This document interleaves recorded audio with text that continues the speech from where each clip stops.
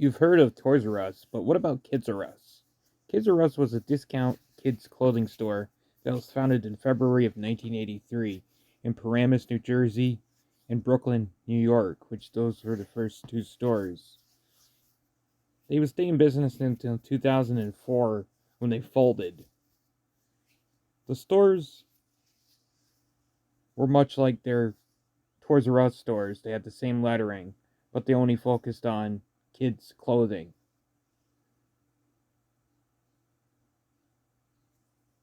When they went bankrupt in 2004, it's because they wanted to focus on the Toys R Us name.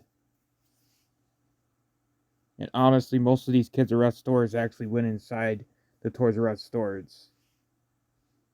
Kids R Us would grow to 454 locations in 30 states. Sometimes these stores were adjacent to other Toys R Us stores, and also Babies R Us and Tweens R Us, which is another store I never heard of. Which Tweens R Us, I never heard of that before. I'm gonna do a video about that, upcoming video.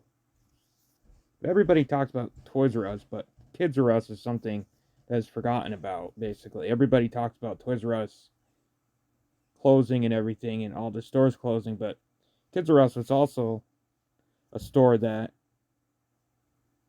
of that time is something that's forgotten about.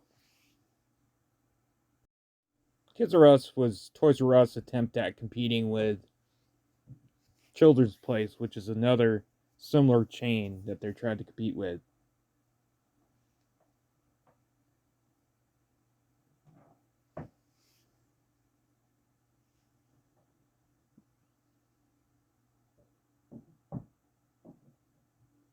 I guess Toys R Us just found out that these stores were just not financially